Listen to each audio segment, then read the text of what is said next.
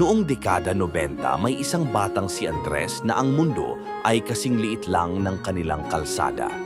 Tuwing umaga, gigising siya sa tunog ng radyo ng kapitbahay na tumutugtog ng mga kantang uso noon. Pagkatapos mag-agahan, lalabas na siya dala ang kanyang tsinelas para makipaglaro ng text, hogs at patintero. Walang cellphone, walang internet. Ang oras ay sinusukat sa kung kailan sisigaw ang nanay niya ng Andres, uwi na. Tuwing gabi, magkakatabi silang magkakapatid nanonood ng TV, naghihintay sa paboritong palabas bago matulog. Simple ang buhay pero puno ng tawanan at alaala.